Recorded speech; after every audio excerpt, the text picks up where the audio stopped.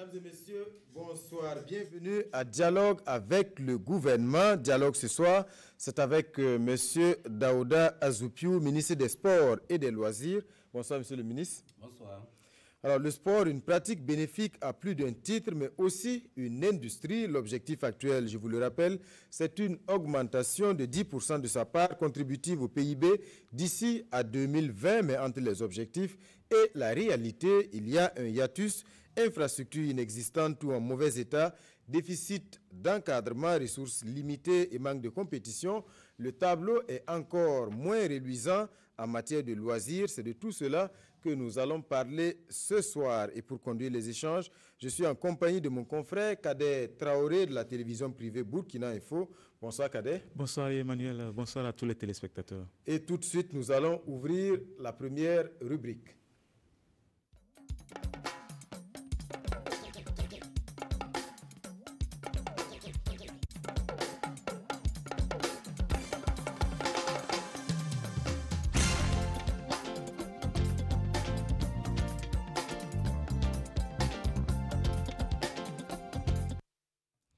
Améliorer les conditions de la pratique des sports et encourager l'émergence de sportifs de haut niveau, c'est tout un programme car il faut le dire, si l'on compte une grande diversité de disciplines sportives, football, athlétisme, boxe, cyclisme, arts martiaux. Pour la plupart, les praticiens évoluent dans des conditions difficiles. L'état des lieux dans ce reportage.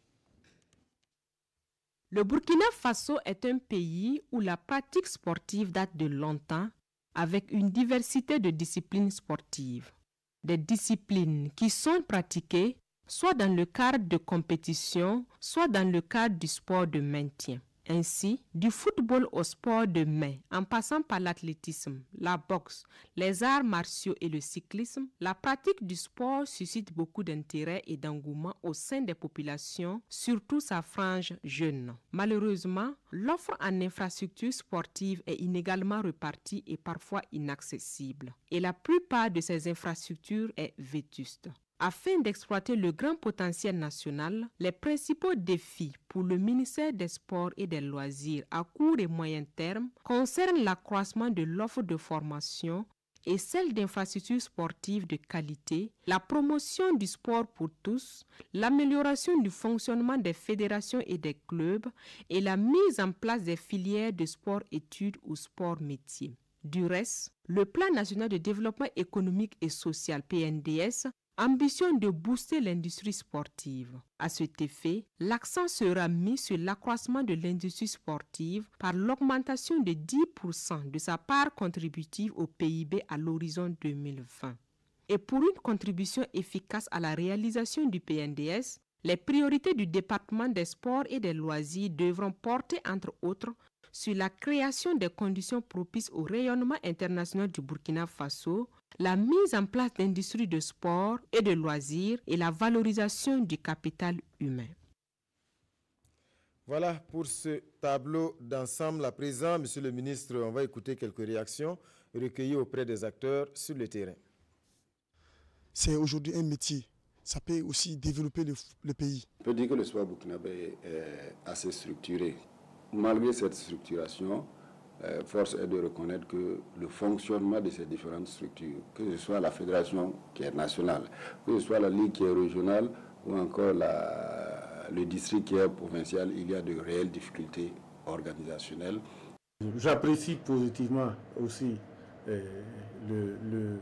la volonté du ministère actuellement de créer un cadre pour la relève, à savoir commencer à développer le sport à l'école primaire pour aboutir à ce que nous appelons actuellement sport de haut niveau.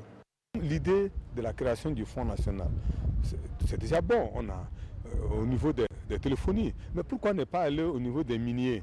Pourquoi ne pas aller vers d'autres, les boissons? Normalement, le fonds devait être le guichet unique pour les entrées de tous les sponsorings au niveau dans le monde sportif. Il n'y a pas de soutien et puis il n'y a même pas de compétition à Bobo.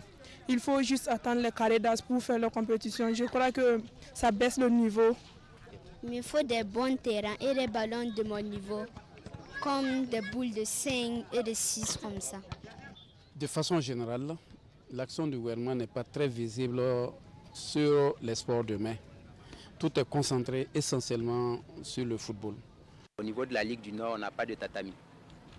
Bon, or, le karaté ne peut pas se faire sans vraiment tatami. On n'a pas de dojo.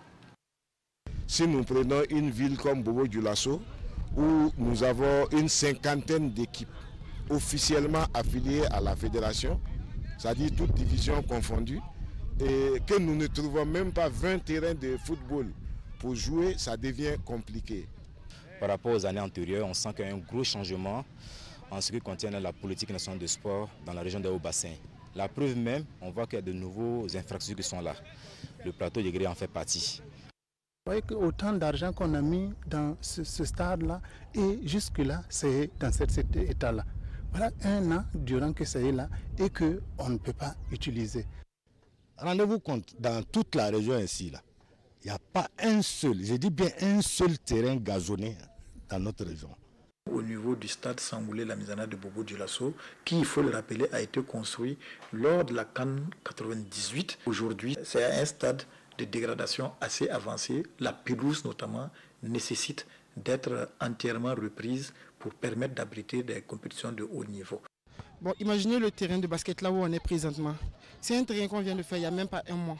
C'est pas si vous pouvez filmer, regardez l'état du sol. Le goudron qu'on a mis a commencé à sortir juste parce qu'il a plu 2 fois. Au niveau du football, nous avons constaté depuis un certain temps l'organisation des compétitions au niveau des minimes, au niveau des cadets et au niveau du football féminin. Nous avions beaucoup de compétitions qui nous permettaient, nous, au niveau des régions, au niveau national, de nous rencontrer, de brasser, de pouvoir aller de l'avant. Mais actuellement, tout est au repos. Ça fait 8 ans que le Kung Fu, la district du Kung Fu de Banfort n'a pas participé à une compétition. Dans notre programme, le cap est mis sur Tokyo 2020. Pour cela, il faut être dans les rankings. Il faut organiser des grands stages et permettre aux athlètes d'aller compétir au niveau international. C'est un métier que nous faisons. On n'a pas de retraite, on n'a rien là-dessus. Que le gouvernement n'est qu'à penser à ça. Tu es champion aujourd'hui, demain tu n'es plus champion. Comment il faut faire? Alors que tu as servi la nation. Ce que le ministère pourrait faire au niveau de la direction, c'est d'équiper les différentes directions de matériel de sport. C'est-à-dire faire des directions de sport une banque de matériel sportif. Au sein du matériel sportif, on peut donner aux structures sportives, elles s'entraînent et elles ramènent. Monsieur le ministre, comme on l'a vu, que de préoccupations, que d'attentes.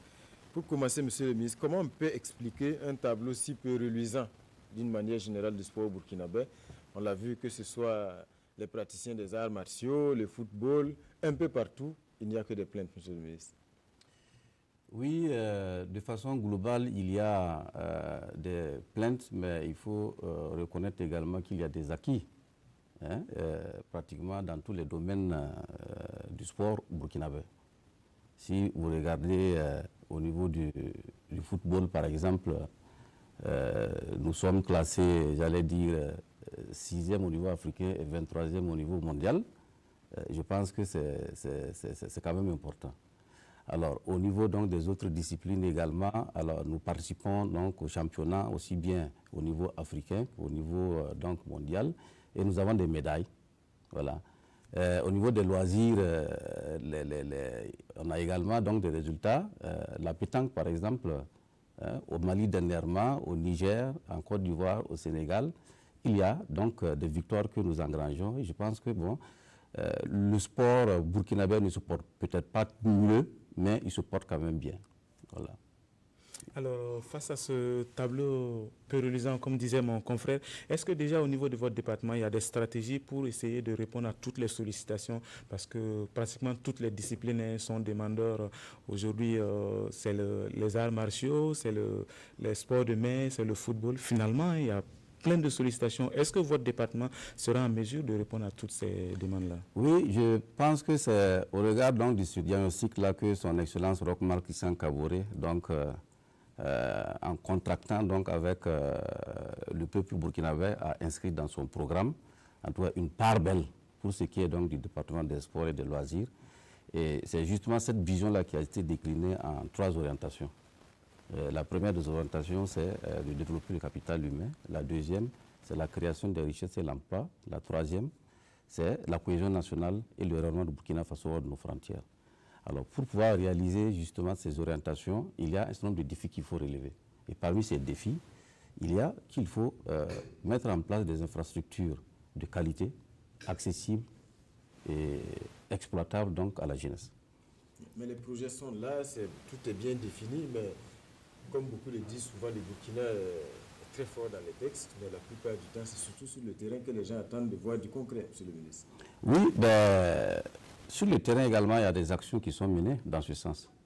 Aujourd'hui, pratiquement dans la plupart des régions, nous avons pu ériger des infrastructures sportives. Nous avons par exemple 10 stades régionaux, nous avons 8 stades au niveau donc des provinces, nous avons 6 stades au niveau donc des municipalités. Et pour ce qui est donc des sports de mer, nous avons 14 terrains donc de handball, nous avons 11 terrains de volleyball et 10 terrains donc de basketball, sans compter qu'au niveau par exemple de la lutte, nous avons 5 arènes et puis 2 cours de tennis par exemple qui sont disponibles. Okay, et au total, 54 plateaux omnisports ont été réalisés sur l'ensemble du territoire. Monsieur le ministre, on va revenir en détail certainement sur toutes ces réalisations. La priorité aux questions des citoyens recueillis sur le terrain. Et tout de suite, nous écoutons la première. Monsieur le ministre, est-ce qu'il est prévu un dojo pour les arts martiaux dans la ville de Tétougou? Monsieur le ministre, la question est claire. Alors, la question est très claire. Il s'agit donc des sports de combat, un dojo. Alors, il se trouve que nous avons engagé une politique de façon globale qui consiste à mettre en place donc des infrastructures dans toutes les localités. Évidemment, alors, on a pu réaliser donc pour ce qui est du football, pour ce qui est donc des sports de main, mais pour ce qui est donc des sports de combat, nous avons un programme en la matière, mais on n'est pas encore arrivé justement à réaliser des infrastructures. Mais nous pensons que dans un futur très proche, le programme que nous avons élaboré, en tout cas, nous permettra de pouvoir réaliser également des infrastructures pour ce qui est donc des sports de combat. Donc, je suis d'accord que pour l'instant, en tout cas dans ce sens, on n'a pas pu réaliser d'infrastructures concernant donc les sports de combat.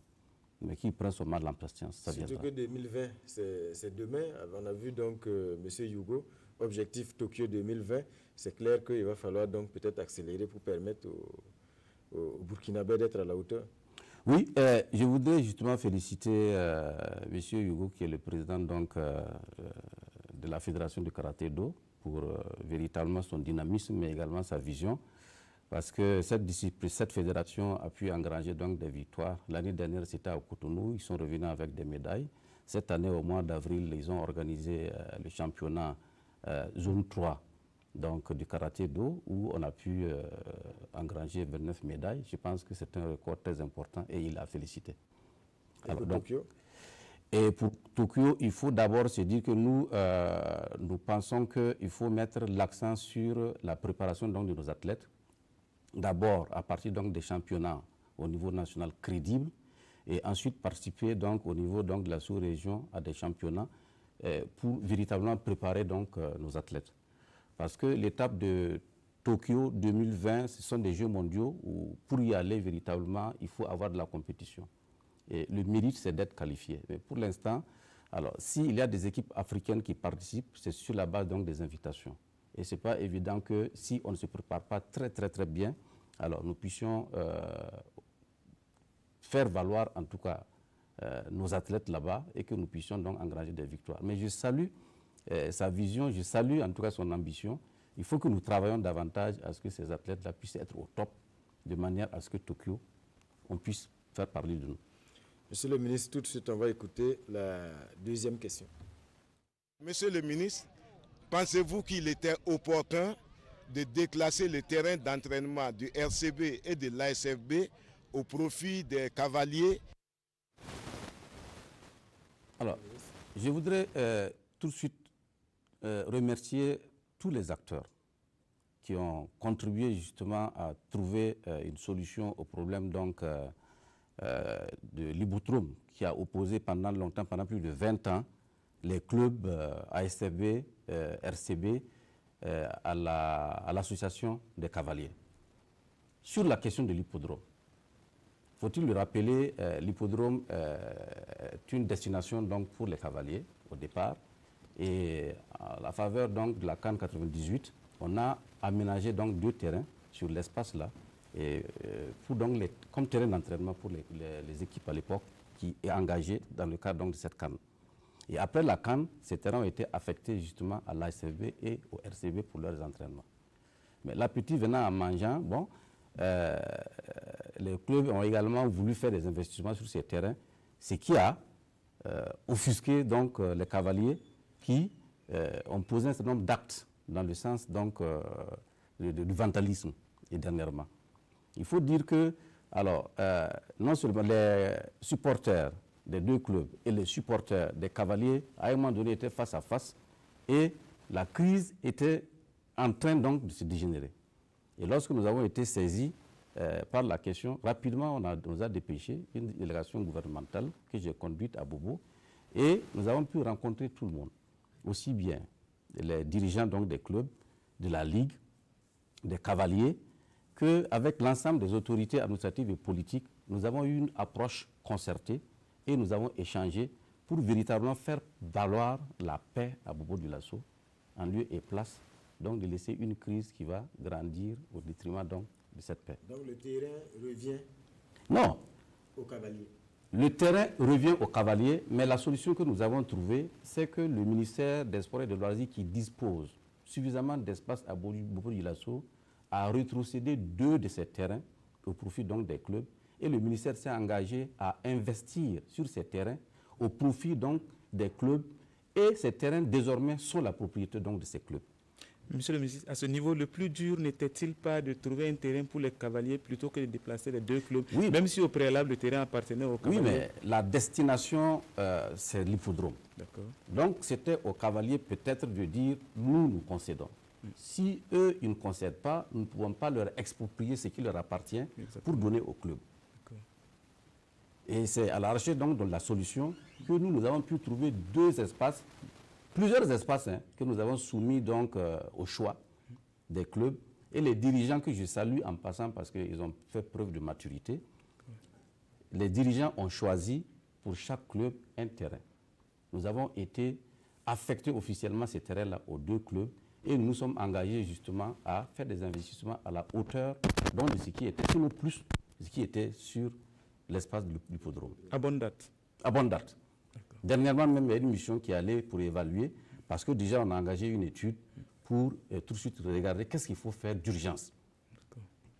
Et nous pensons que ces clubs-là doivent nous féliciter et nous remercier. Pour la simple raison qu'aujourd'hui, ces clubs vont disposer donc de terrains qui leur appartiennent. De meilleures conditions. Dans les meilleures conditions. Voilà, peuvent faire tout ce qu'elles veulent là-bas.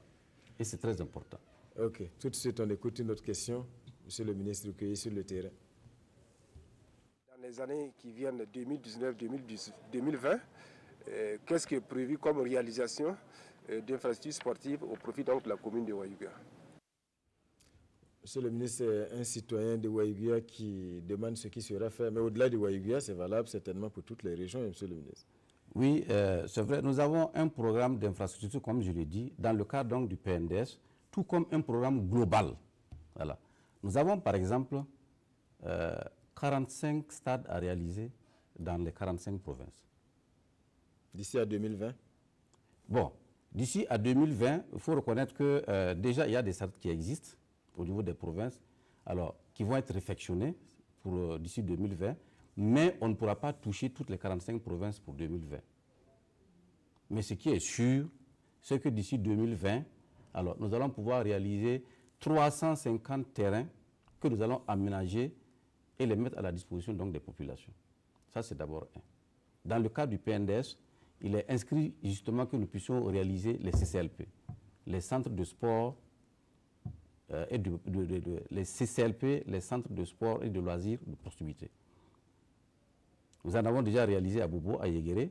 Nous sommes en train de réaliser à Wayalgué, mais nous allons poursuivre cela parce que nous voulons réaliser environ une vingtaine à l'horizon donc 2020. Ça, c'est très important. Au niveau justement des régions, dans le cadre des festivités du 11 décembre, chaque fois qu'une région accueille les festivités, nous accompagnons par la réalisation d'infrastructures adéquates. C'est dans ce sens que nous en avons réalisé et je pense que la 10e province, qui est donc le centre-sud aujourd'hui, accueille donc un certain nombre d'infrastructures, notamment des plateaux et des stades dans les 3 provinces.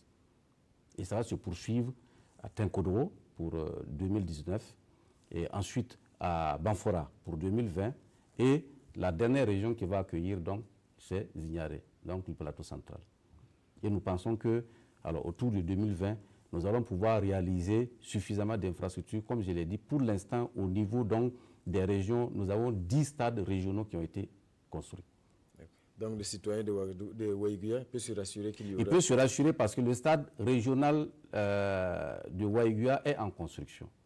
Je pense qu'il est bien bâti. Ce qui reste à faire aujourd'hui, c'est la plateforme gazonnée qui va être posée d'ici là. Monsieur le ministre, justement, parlant de plateforme gazonnée, nous allons écouter la prochaine question. Très bien.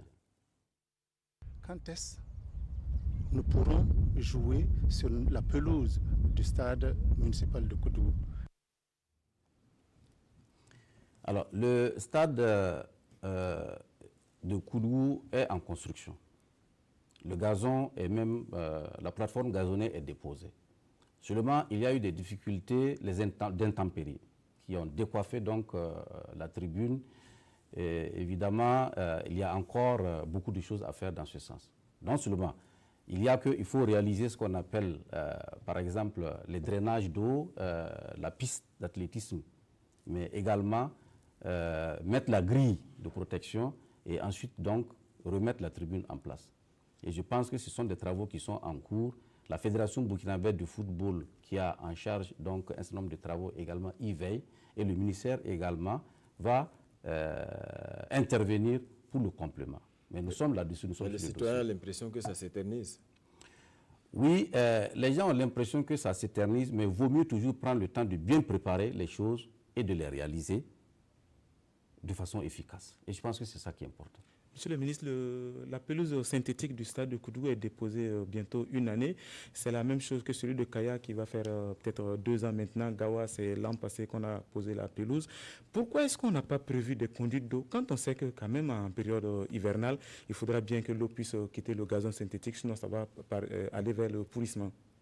Alors, la difficulté là, ce que je vais vous dire là, c'est qu'en vérité, nous n'avons pas suffisamment les moyens dans un premier temps pour réaliser les infrastructures, y compris tout ce qu'il faut à l'intérieur. Donc, par moment, les enveloppes allouées là ne sont pas de nature à ce qu'on puisse tout faire. Et là encore, quand on lance les marchés, les entreprises, comme c'est la moins-disance, cassent les prix pour avoir. Est-ce que vous voyez? Donc, ce qui fait que, alors, on fait ce qu'on a prévu faire pour que l'année qui va suivre, on puisse compléter. Ça, c'est des questions budgétaires. Voilà. Donc, la difficulté est à ce niveau. Mais ici, comme mon confrère le dit, on a l'impression qu'on a répété les mêmes erreurs dans plusieurs localités. On a cité Kaya, on a cité Koudougou, Banfora, Dédougou plutôt, et Gawa. On a l'impression qu'à chaque fois, c'est les mêmes erreurs qui ont été répétées. On oublie toujours les conduites d'eau. Oui, ce n'est pas qu'on oublie forcément les conduites d'eau, c'est comme je l'ai dit. Quand on prévoit réaliser, par exemple, un stade avec une plateforme gazonnée, on peut déposer le gazon, mais le crédit ne suffit pas pour prévoir tout de suite les drainages d'eau, les pistes et tout ce qui reste. Donc, on fait d'abord le stade, on fait le mur, on fait la tribune, et ensuite, on pose le gazon. Juste parce que c'est ça qui est urgent pour permettre effectivement aux gens d'évoluer.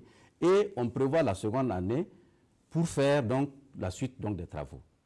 Donc, c'est ça aussi qui est important. Mais le risque, est-ce que ce n'est pas que l'année prochaine, ces travaux-là viennent trouver une pelouse complètement, peut-être hors d'usage? C'est malheureusement ce que nous vivons parce que à cheval, entre 2 années, il y a les intempéries, les saisons pluvieuses qui arrivent et par moments, ce n'est pas intéressant. C'est ce que nous avons vécu dernièrement à Gawa parce qu'au mois de février, il y a une forte pluie qui est tombée. On ne s'y attendait pas du tout, 89 mm d'eau. Et donc, évidemment, cette eau-là, qui n'avait pas de passage, a stagné pendant un certain temps donc, sur la plateforme. Et c'est ça, justement, qui a fait l'objet de tir à boulet rouge sur donc, le ministère, etc.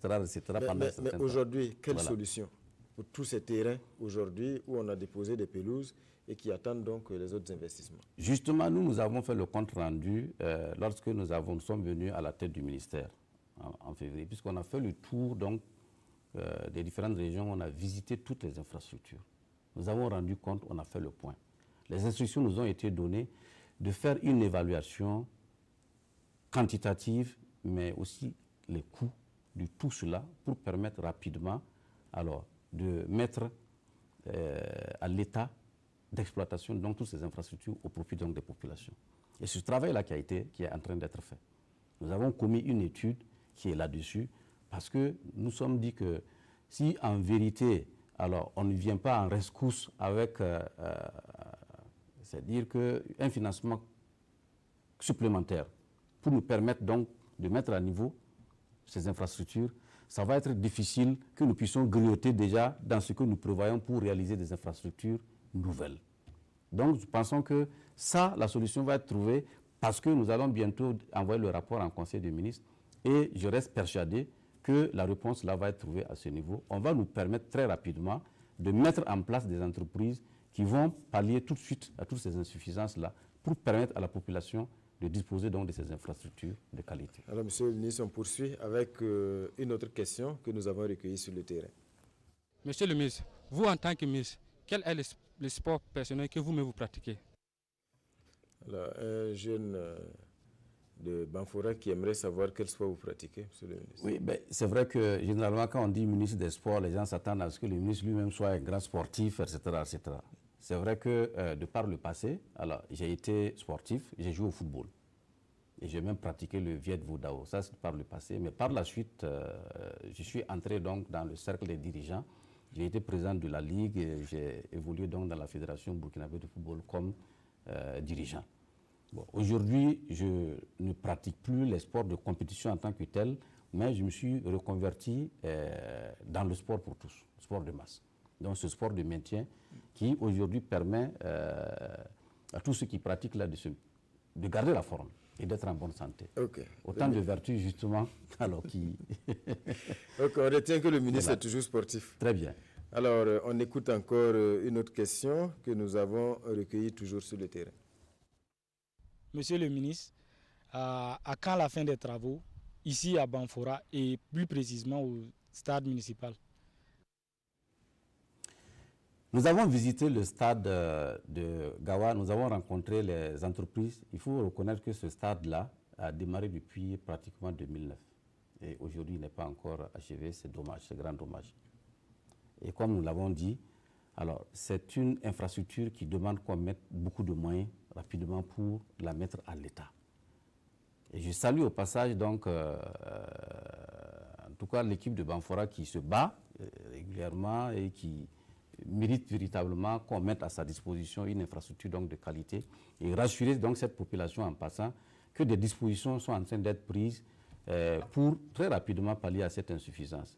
D'ailleurs, Banfora est prévu pour accueillir donc les festivités donc en 2020 et à ce titre-là, il y aura des investissements qui vont être faits à la hauteur donc des attentes des populations. Mais pour l'instant, pour ce qui est donc du stade, nous sommes là-dessus pour voir dans le cadre global justement de l'évaluation des infrastructures en difficulté, mal faites ou encore inachevées. Alors, comment est-ce qu'il faut faire pour tout de suite les mettre à l'état? Monsieur le ministre, vous êtes en train de nous faire comprendre que Banfora devra, sinon l'USCO, le club qui joue en première division à Banfora, devra attendre 2020 pour jouer sur une pelouse? Non, ce n'est pas ce que j'ai dit.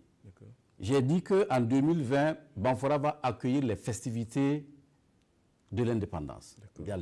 Et à ce titre, il y a des infrastructures qui sont prévues pour être construites, bâties, comme ça s'est passé dans les autres régions. Mais pour l'instant, le Conseil des ministres nous a instruit de faire l'évaluation de toutes les infrastructures en souffrance, de manière à ce qu'on puisse trouver une dynamique qui va permettre de les mettre à l'état. Et je pense que Banfora, le stade de Banfora se trouve justement parmi ces infrastructures-là que nous avons visitées. Parce qu'à part Banfora et peut-être Sapone où joue l'équipe de Majestic, ce sont pratiquement les deux pelouses, les deux clubs qui reçoivent leur match à domicile sur des stades non gazonnés. Tout à fait. Tout à fait, mais je pense Alors que Banfora, ça fait une dizaine d'années que le club joue en première division. C'est vrai. Mais nous allons veiller à ce que, en tout cas, très prochainement, Banfora puisse retrouver une infrastructure donc, de taille. Alors, monsieur le ministre, pourra évoluer donc sur un terrain gazonné. On va poursuivre. On a vu dans les appréciations un citoyen qui évoquait ce fonds national pour la promotion du sport et des loisirs. Alors, beaucoup, en tout cas, voient en tout cas l'instauration de ce fonds-là, la panacée aujourd'hui. Qu'est-ce qu'il faut en attendre, monsieur le ministre? Alors, il faut dire que le Fonds national pour la promotion des sports et des loisirs, c'est vraiment le bras financier du ministère des Sports et des Loisirs. Et à un moment donné, je me suis posé la question, si ce fonds-là n'existait pas, qu'est-ce qui était possible d'être fait au niveau du ministère? Parce que pratiquement, depuis que je suis arrivé de février, pratiquement au mois d'avril, au mois de mai, c'est ce fonds-là justement qui nous permettait d'évoluer, parce que tant que le budget de l'État n'est pas mis en place, tant que les procédures ne sont pas réglées, alors c'est difficile d'avoir de l'argent. Mais comme vous pouvez l'imaginer, le domaine des sports et des loisirs est un domaine de passion où, en vérité, si vous n'avez pas de la disponibilité à bout portant, il est difficile donc d'actionner. À tout moment, il y a par exemple ces compétitions hors du pays, ces délégations qui doivent voyager, etc., etc. Donc, ce sont des activités qui vous tombent comme ça la nuit et au petit matin, il faut trouver des solutions. Donc, monsieur le ministre, mais à ce niveau, c'est qu'il y a l'arbitrage budgétaire qui vous permet de prévoir, de planifier les activités des différentes fédérations au fur et à mesure qu'elles arrivent. Oui, mais ça, c'est dès que le budget se met en place, mais avant qu'il ne se mette en place. C'est ça aussi qui est important. Voilà. Sinon, dès que le budget est mis en place, alors l'enveloppe qui est allouée aux fédérations, il y a une répartition donc qui est faite en fonction des programmes d'activité que les fédérations auront déposés. Et c'est à ce niveau que l'arbitrage donc se fait. Okay. Mais ce fonds, comment il est alimenté? Parce qu'il y a un citoyen qui estimait qu'au-delà des mines, on peut prospecter pour qu'il y ait davantage, en tout cas des sources de financement pour ce fonds. Et comme je l'ai dit, ce fonds-là a été acquis sur de hautes luttes. À un moment donné, il fallait, des gens ont réfléchi, le mouvement sportif s'est mis, en tout cas dans la danse, et ils ont pu obtenir donc ce fonds qui est alimenté essentiellement par la taxe de la téléphonie mobile. Et ça, c'est très important. Voilà. Donc, c'est cette taxe-là qui alimente donc ce fonds. Et je pense que au départ, c'est vrai que la cagnotte était suffisante, mais par la suite, elle a été divisée pour certains besoins. Voilà. Okay. Alors, monsieur le ministre, pour poursuivre, 2023, le Burkina se positionne pour les Jeux africains. Alors, est-ce qu'au-delà de l'objectif, on prend les dispositions? Quand on sait qu'un stade comme celui en tout cas du stade du 4 août aujourd'hui ne répond pas peut-être aux normes de la FIFA? Oui, malheureusement, il faut reconnaître que nos infrastructures nationales telles que le stade du 4 août et le stade Sangoulé-Lamizana ne sont plus au top pour accueillir donc les compétitions FIFA au niveau international.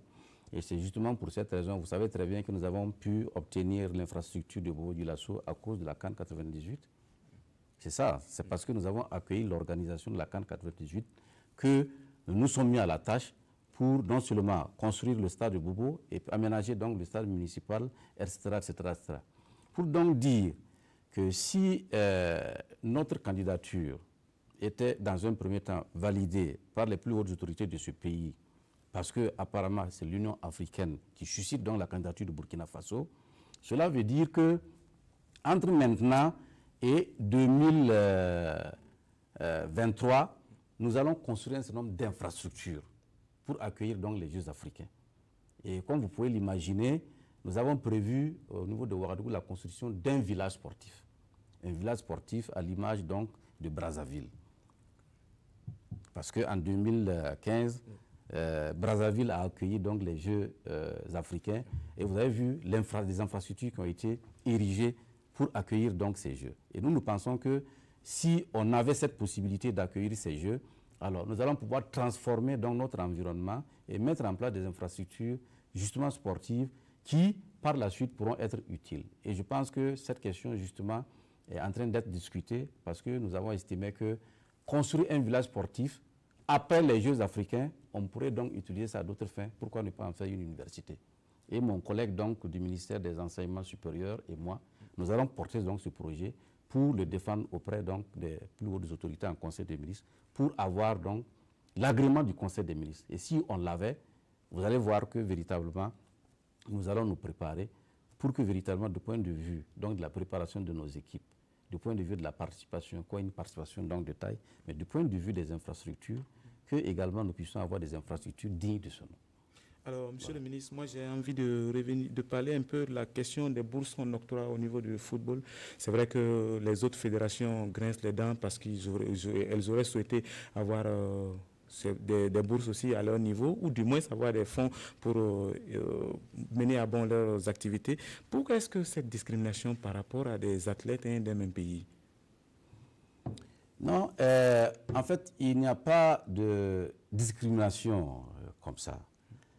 C'est vrai qu'on alloue les bourses au football. Ça, c'est clair. Vous le savez très bien.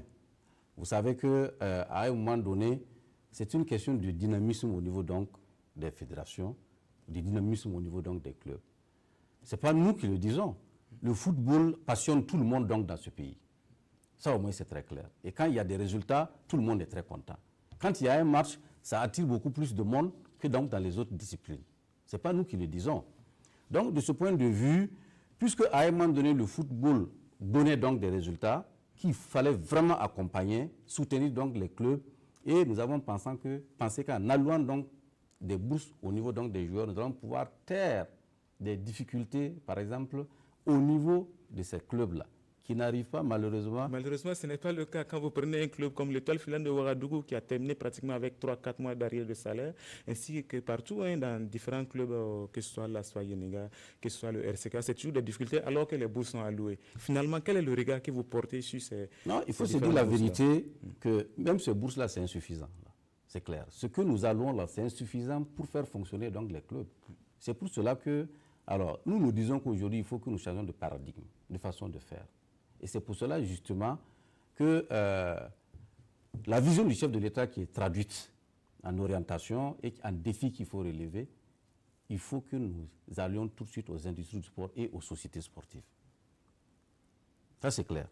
Parce que la formule associative, aujourd'hui, on est association, on est assis, on attend justement les financements de l'État, on est sous perfusion, là, ça, c'est terminé. Vous ne trouverez pas des gens qui vont venir mettre leur argent dans votre association parce que vous tapez la poitrine. Nous voulons créer un cadre, nous avons créé un cadre juridique qui va permettre à tous ces clubs-là de se transformer en société. Et une fois transformés en société, c'est une ouverture vers le privé où des gens voudront mettre leur argent parce qu'ils peuvent faire du business. C'est clair. Quand on prend l'exemple, c'est ce que j'ai dit toujours, ben, pour que Neymar puisse venir à Paris Saint-Germain, il a fallu que le Qatar vienne, prenne Paris Saint-Germain là. C'est du business là. C'est clair. Il faut que nos clubs-là acceptent qu'il faut cette mutation. Changer de fusil d'épaule. Et nous pensons que le son de cloche a été bien entendu par les fédérations à l'occasion donc du séminaire qui a été organisé dernièrement. Monsieur le ministre, on est un peu pris par le temps. On se souvient dernièrement donc de ce témoignage d'un ancien sportif de haut niveau, notamment Toussaint Natama, qui a en tout cas ça a suscité beaucoup de réactions au niveau du Burkina Faso.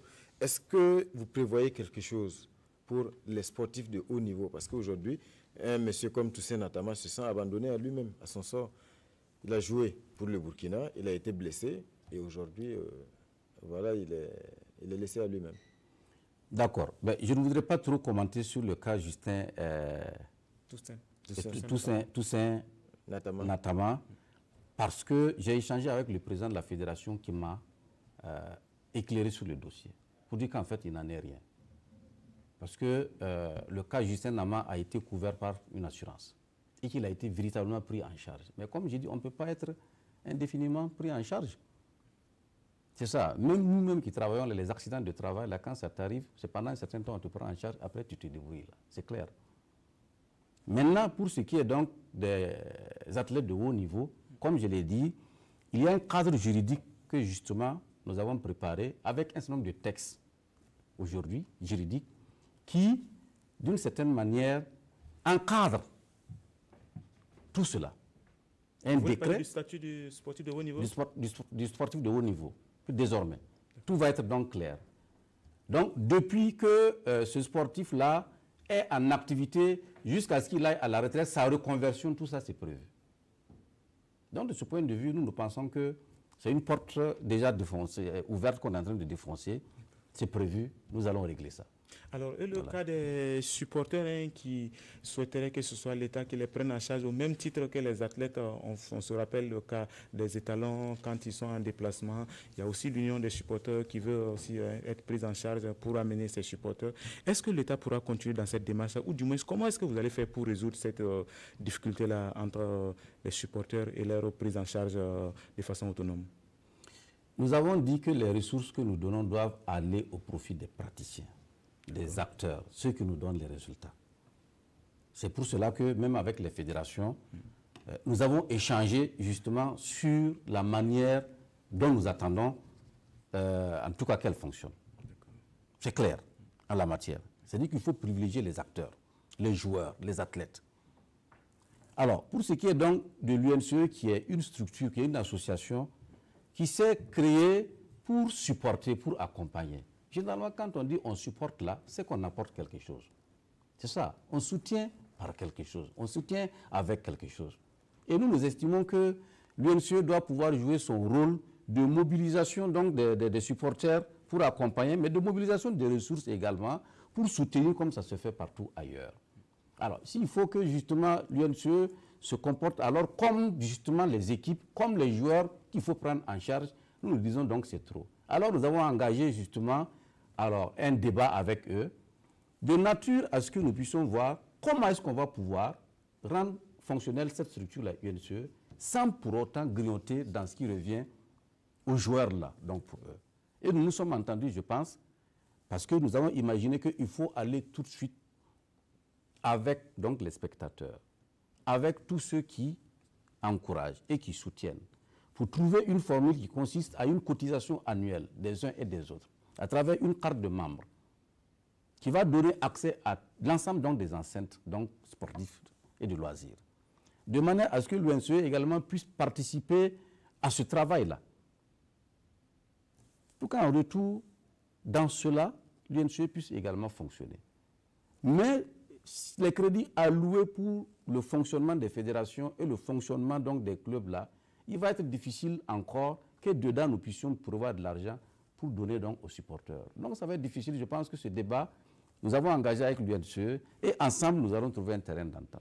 Parlant toujours d'argent, monsieur le ministre, les fédérations sportives, à l'exception peut-être du football, pour la plupart en tout cas reçoivent leurs subventions très tard, alors qu'on sait que les championnats démarrent généralement en avril et mai. Qu'est-ce qui explique ce retard de décaissement? Alors, ce retard de décaissement, d'abord, s'explique par le fait que le budget se met en place au cours donc de l'année et que toutes les procédures pour que le financement soit disponible, ça prend un peu de temps. Ça, c'est d'abord un. Deuxièmement, comme nous le disons, au niveau des fédérations également, il faut qu'on puisse changer de manière de faire. Parce qu'on a des difficultés avec les justificatifs. Donc, du budget qui leur a été alloué en année moins 1.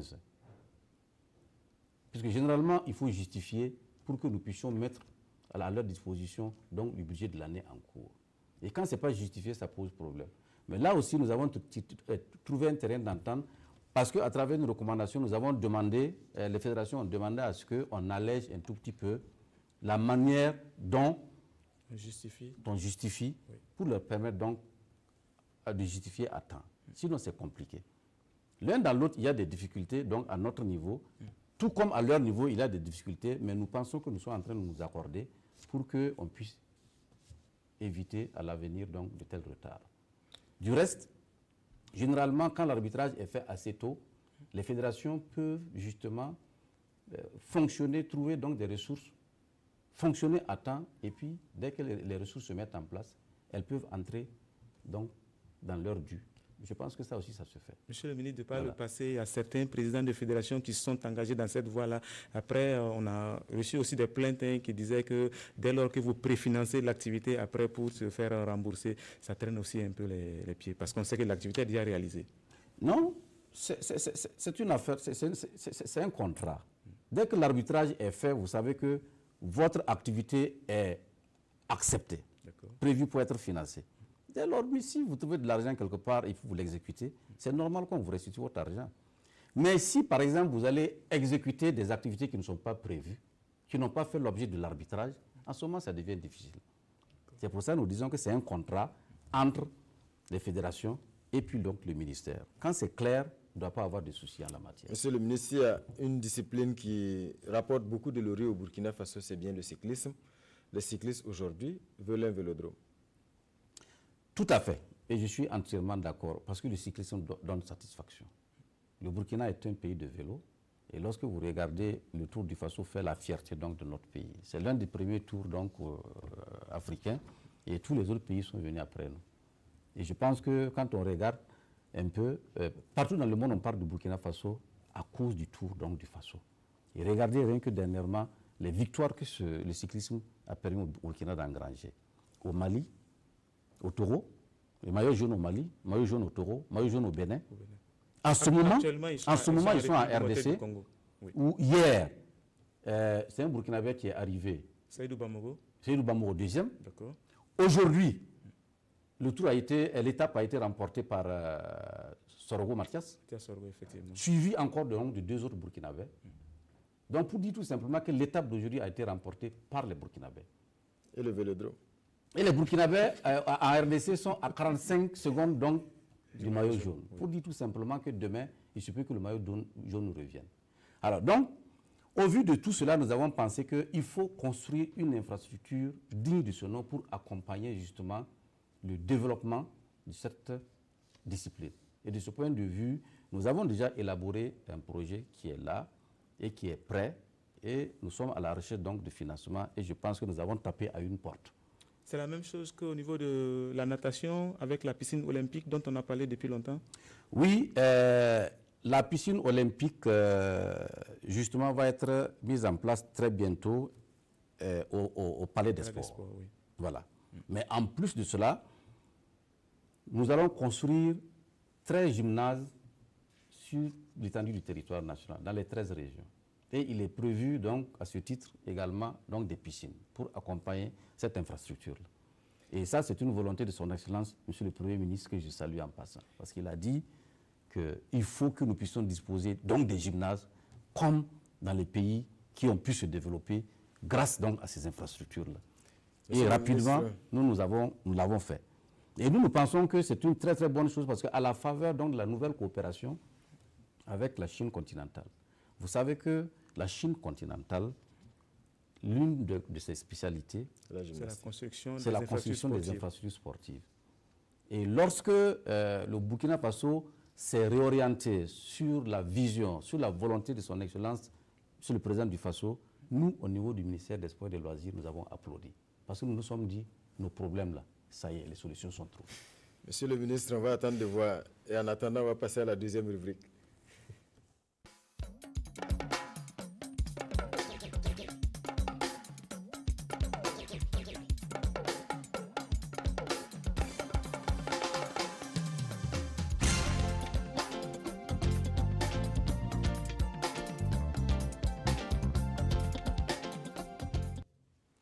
Promouvoir les loisirs et créer les conditions propices à l'expression des talents en la matière pour leurs 269 structures de loisirs répertoriées au Burkina Faso.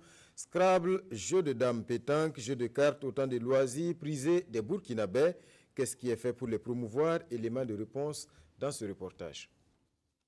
La mise en œuvre de la politique nationale des loisirs qui a couvert la période 2009-2014 a permis de donner une plus grande visibilité aux loisirs. Mais l'impact de ce volet, tout aussi important, est resté en deçà des attentes de façon générale.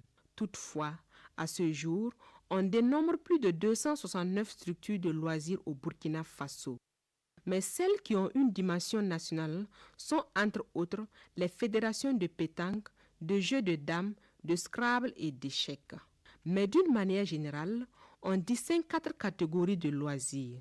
Il y a d'abord les loisirs sportifs qui intègrent l'ensemble des disciplines sportives qui sont les sports collectifs, les sports individuels, les sports de combat, les sports traditionnels. Ensuite, il y a les loisirs socio-éducatifs qui comprennent les jeux de société. Les loisirs culturels dont toutes les activités de divertissement culturel modernes et traditionnels. Et enfin, les loisirs touristiques et environnementaux, notamment l'écotourisme, le tourisme synergétique, le tourisme de vision et les excursions. Si la pratique des loisirs suscite beaucoup d'engouement chez les populations, elle souffre de l'insuffisance d'infrastructures et d'équipements et de la faible organisation des acteurs. Toutes choses auxquelles le gouvernement, à travers le ministère en charge des loisirs, tente de trouver des solutions à travers la mise en œuvre du plan d'action de la politique nationale des loisirs. Une politique dont l'objectif global est de contribuer à l'amélioration de la qualité de vie des populations. Voilà pour cet état des lieux. À présent, quelques réactions d'acteurs recueillis sur le terrain. C'est vrai que le sport lui-même, pris sur le plan national, n'est pas très bien loti, il faut le reconnaître, les ressources ne sont pas suffisantes. Donc il ne faut pas s'attendre à ce que les loisirs qui sont en train de se structurer jouissent, n'est-ce pas, en tout cas de tous les avantages. Donc il y a des difficultés, c'est vrai, mais je pense que c'est dans l'ordre en tout cas de l'évolution normale des choses. Le secteur loisirs, bon, comme on l'entend, peut être toujours embryonnaire, mais il est évolutif. Nous l'apprécions parce qu'il y a des infrastructures de loisirs qui existent, mais le nombre reste encore à accroître. Quand nous prenons le terrain de Wayalguin, nous prenons les anciens combattants, nous prenons le terrain de l'INGEPS, il y a plusieurs sites où les activités de loisirs sont pratiquées. Il y a beaucoup de loisirs qui se font, mais malheureusement, il y a beaucoup qui ne sont pas bien structurés. La pétanque est un sport oublié. Voilà, effectivement, la matière, les boules, pour avoir ça, c'est très difficile. On n'a pas assez de boules. Si vraiment l'État peut nous aider avec ça et nous donner des compétitions pour évaluer les joueurs au niveau national comme au niveau international. Les boules que vous voyez là, ça coûte cher. Et les bonnes boules, là, pour les trouver sur le marché ici, il n'y en a presque même pas. Il y a le problème de terrain, puisque c'est vrai qu'on peut le pratiquer sur n'importe quel terrain. Mais il y a des terrains spécifiques carrément au jeu de boules. Pour effectivement atteindre un certain niveau, surtout participer aux compétitions internationales et sortir avec des résultats très probants, il nous faut aller vite au Scrabble scolaire. Et ça, notre préoccupation, c'est que le ministère nous aide à signer une convention cadre avec le MENA. Et nous demandons également de revoir, parce que les sorties internationales, là, pour nous, c'est vraiment un luxe. Nous déposons en tout cas les demandes, mais on n'arrive pas à sortir. Surtout le championnat africain, si on peut tout faire pour que nous participons au moins chaque année au championnat africain. Le loisir, c'est un sport de regroupement, c'est des lieux de causerie où tout le monde peut participer, des personnes physiques ou des handicapés même peuvent faire le damier. S'il arrivait quand même à soutenir un peu ce secteur, ça aurait quand même faire beaucoup de bien à beaucoup de personnes, surtout les personnes âgées. C'est un lieu de repos pour les gens aussi. Les disciplines comme les loisirs, le problème fondamental c'est que il n'y a pas un cadre organisé sur le plan administratif avec des textes clairs dans le domaine. Les gens tirent les textes là sur le net et on l'interprète comme il veut. Alors si le ministère pouvait mieux organiser ces disciplines-là. Le matériel, le jeu de Scrabble, comme vous voyez, ça, il n'y en a pas. Le peu que vous voyez comme ça, que nous utilisons lors de notre championnat, c'est du matériel qu'on a acquis en 2012 à Motoban. Et depuis lors, vraiment, le budget qui nous est alloué là ne nous permet pas vraiment d'acquérir du matériel. Dans ce sens, nous lançons un appel. Si vraiment les financements là sont conséquents, en tout cas pour ce volet-là, nous allons nous équiper et redescendre même au niveau des bases là, et doter ce matériel là pour que les gens puissent vraiment jouer. La contribution que l'État fait, c'est national. National, là, nous estimons quand même que c'est un peu peu du moment que la fédération n'arrive pas quand même à nous accompagner au niveau des districts dans les différents... Monsieur le ministre, que d'attente là également. Mais tout de suite, nous allons aller avec la première question également dans ce secteur des loisirs. Monsieur le ministre, pourquoi au niveau du Burkina Faso, nous n'avons pas un cadre approprié, par exemple, pour jouer à la pétanque? Un boulodrome, par exemple. Monsieur le ministre, c'est bon de jouer dans les espaces, mais ce serait encore mieux. Oui, je pense que j'avais déjà répondu à cette question. Je reviens là-dessus pour dire que la pétanque apporte beaucoup de résultats au regard donc, de la participation dernièrement au Mali, au Niger, en Côte d'Ivoire et autres. Et rien qu'avant-hier, il y a eu le tournoi de la CEDEAO que nous avons accueilli dans notre pays. Et c'est la fédération burkinabé de la pétanque qui est sortie gagnante, victorieuse. Donc de ce point de vue, nous pensons qu'il faut soutenir donc, cette fédération parce qu'elle apporte des résultats, elle donne de la visibilité. Et dans ce sens, il y a un boulodrome qui est prévu. Et nous avons tapé à une bonne porte, nous attendons. En tout cas, le dossier est bien monté et nous pensons que d'ici là, si tout se passe bien comme on le souhaite, en tout cas, nous allons démarrer la construction d'un boulodrome, pour le bonheur en tout cas. À Ouagadougou À Ouagadougou. Ok. Voilà. Alors tout de suite, la deuxième question. Monsieur le ministre, est-ce qu'il y a une politique claire pour la promotion du jeu de Scrabble au Burkina? Une politique pour la promotion du Scrabble? Il y a une politique nationale pour la promotion du sport et des loisirs.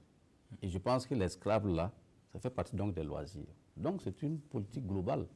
Il a évoqué par exemple une possibilité de convention avec le MENA. Oui, il n'y a pas une convention avec le MENA pour le Scrabble seulement. Il y a une convention avec le MENA pour l'ensemble donc des disciplines au niveau scolaire et universitaire. Et nous pensons que ça se fait déjà. Donc l'USUBF par exemple, nous le menons avec le MENA, nous le menons avec le ministère des Enseignements supérieurs, etc. etc. Il faut tout simplement, pour l'instant c'est vrai, ce sont les sports qui sont concernés, mais on peut également joindre donc les loisirs si toutefois les fédérations présentaient des activités à ce niveau. Je pense que c'est très important. Mais c'est vrai qu'à ce niveau, l'ISUBF, il y a une petite léthargie parce que depuis quelques années, on ne voit pas les scolaires, et surtout à l'œuvre, avec la guerre qu'il y a eu en son temps entre le ministère des Sports, le MENA et le ministère des Enseignements secondaires. Oui, il y a eu malheureusement une crise entre les deux ministères qui a fait que cette activité est entrée donc en léthargie pendant pratiquement 3 ans. Mais dès que nous sommes arrivés à la tête du ministère, nous sommes allés avec nos techniciens rencontrer notre collègue donc, du MENA et ensemble nous avons discuté et nous avons trouvé un terrain d'entente. Donc le MENA rejoint les compétitions donc, de l'USBF à partir donc, du mois d'octobre. Je pense que ça c'est réglé. Ok. Pour terminer avec une dernière question dans cette rubrique loisirs. Monsieur le ministre, je voudrais vous demander pourquoi la majeure partie de vos activités se déroulent au niveau central et plus précisément dans les 2 grandes villes de Burkina. Monsieur le ministre. Ben, je ne pense pas que ce soit seulement à Ouagadougou et à Bobo-Dioulasso. Les gens ont vu que le ministre a parcouru pratiquement les 13 régions du pays et partout il y a des activités où je suis sollicité, j'y vais. C'est ça aussi qui est important. Mais je crois qu'il parle surtout des compétitions. Oui, mais pour les compétitions. Pour les compétitions, je vais partout lorsque je suis sollicité. Si à Koudougou, par exemple, il y a une activité à laquelle on associe donc le ministre, si on me convie, j'y vais. Est-ce que, par exemple, à ce niveau, on pourrait déterminer un cahier de charges aux différentes fédérations pour qu'elles fassent de façon tournante leur phase finale de compétition? Par exemple, au volleyball qu'on a joué à Koudougou, ou la pétanque qu'on a joué à Tenkodogo, la lutte à Waiguya ou quelque chose de ce genre. C'est dans l'ordre du possible? Oui, mais pourquoi pas? Il appartient aux fédérations justement de s'organiser en la matière. Parce que dernièrement, le championnat donc, de l'athlétisme s'est passé à Bobo-Dioulasso. Moi, j'ai été là-bas. Ça s'est très bien passé. Okay. Le championnat de la lutte s'est passé à Touma. Moi, j'étais là-bas. Ça s'est très bien passé. Donc, il n'y a pas de raison que les gens ne choisissent pas d'aller à Koudougou, à Tenkodogo, à Fada ou ailleurs. Ça dépend donc des fédérations. Ce qui est sûr, il n'y a pas une disposition qui oblige les fédérations à tenir leur championnat à Ouagadougou et à Bobo-Dioulasso. Elles sont libres d'aller là où elles veulent. Monsieur le ministre, on ne pourrait terminer cette émission sans évoquer, en tout cas, Russie 2018. Actuellement, donc, je pense que c'est l'événement majeur en termes de sport au niveau du monde. Comment vous avez vécu l'élimination de toutes les équipes africaines au premier tour? Ça a été honnêtement un coup dur pour moi de voir que toutes les équipes africaines ont été balayées dès le premier tour. Et ça repose encore donc la question véritable donc, du niveau du football africain. Et ça, je pense qu'on pourrait faire mieux. Mais il faut reconnaître que globalement dans tous les pays, en Afrique, quand on regarde, il y a eu une baisse donc, du niveau même du football. Quand on regarde, les championnats ne sont plus au top comme autrefois. C'est dans tous les pays. Prenez donc les clubs. Au Burkina Faso, les clubs traditionnels, c'est quoi? C'est l'EFO, c'est l'ASFA. À Bobo, c'est le RCB. Et quand on regarde, ces clubs-là ont pratiquement régressé.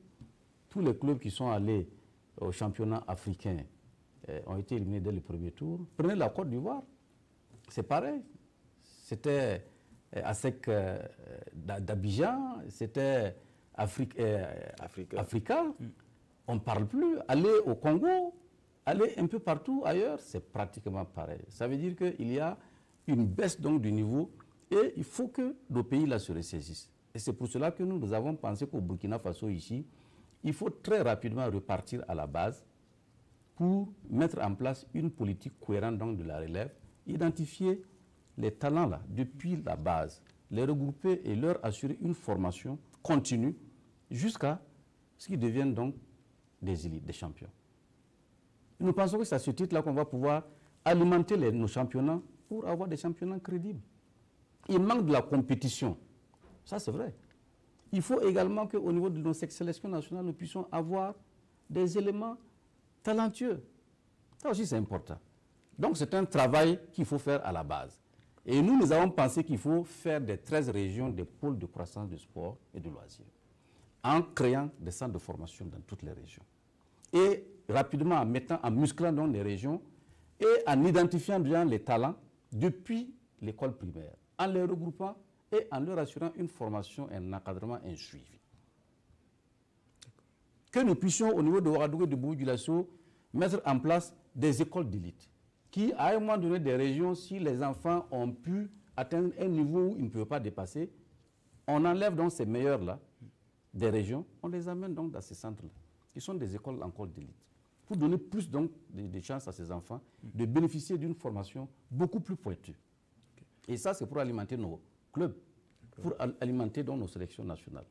Et comme le président de Faso l'a si bien dit, pour que les gens aillent hors du pays, aller faire parler du Burkina Faso, faire flotter le drapeau du Burkina Faso hors de nos frontières. Monsieur le ministre, l'actualité dans les différents ministères, c'est un peu les mouvements d'humeur avec le personnel, les grèves par-ci par-là. Mais on sent qu'au niveau du ministère, depuis que vous êtes arrivé, il y a quand même une accalmie. Vous avez trouvé la bonne formule avec le syndicat qui se trouve en votre sein? Non, moi je suis tout simplement arrivé au moment où c'est calme là-bas et jusque-là c'est calme. Je pense que c'est ma chance. Sinon que je ne suis pas sorcier, je n'ai pas de remède particulier donc pour les syndicats là-bas. C'est vrai qu'à un moment donné, il y a eu des velléités, mais bon, nous avons discuté ensemble, nous avons échangé ensemble et puis bon, les uns et les autres ont trouvé qu'il vaut mieux privilégier le dialogue plutôt que de bander les muscles. Et c'est à ce titre-là que nous avançons doucement, doucement. Alors, monsieur le ministre, juste pour finir, en un mot, qui va gagner la Coupe du Monde? Je pense que le Brésil est bien placé pour gagner la Coupe du Monde. Ça, c'est mon point de vue. Parce que c'est une équipe pour ce mondial bien construite, qui a un jeu harmonieux, cohérent, et dans tous les compartiments, aussi bien à l'attaque, au milieu qu'à la défense.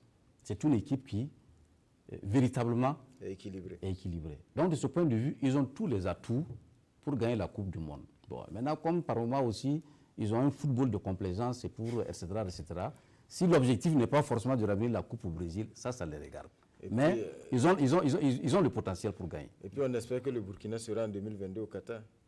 Ça, c'est un engagement qui est pris, parce que si vous avez suivi, à un moment donné, nos dirigeants ont dit que pendant le mandat de son Excellence Roch Marc Christian Kaboré, il faut que nous puissions nous doter d'un titre africain au niveau donc, du sport. Et nous pensons que c'est possible pour la CAN 2022. Nous sommes très bien partis pour la CAN 2022. Si vous regardez un peu la préparation donc, de notre élite nationale, de la sélection nationale. J'étais dernièrement à Paris où j'ai assisté pendant les journées FIFA. J'ai regardé un peu comment cette équipe qui a été renforcée par de nouvelles recrues. C'est une équipe qui est au point. Si vous regardez le match dernièrement avec le Cameroun qui est détenteur quand même de la Coupe d'Afrique, on a fait du 1-0. C'était à Paris. Donc il y a des motifs d'espoir? Non, c'est très clair, il y a des motifs d'espoir et il faut aller dans ce sens. Maintenant, qu'est-ce qu'il faut faire? D'ici septembre, ce sont les éliminatoires qui vont commencer. Et nous pensons qu'il faut donner les moyens à cette équipe-là de pouvoir se préparer aisément, normalement, pour qu'en septembre, déjà, elle donne le ton. Et c'est ça qui effraie toutes les équipes qui vont la rencontrer. Monsieur le ministre, ça va être certainement le mot de la fin parce que le temps qui nous était imparti est arrivé à son terme. On va vous remercier pour votre disponibilité. Kader Traoré, donc, il ne reste plus qu'à dire merci à tous les téléspectateurs qui ont suivi donc, ce numéro de dialogue avec le gouvernement. Merci et à bientôt.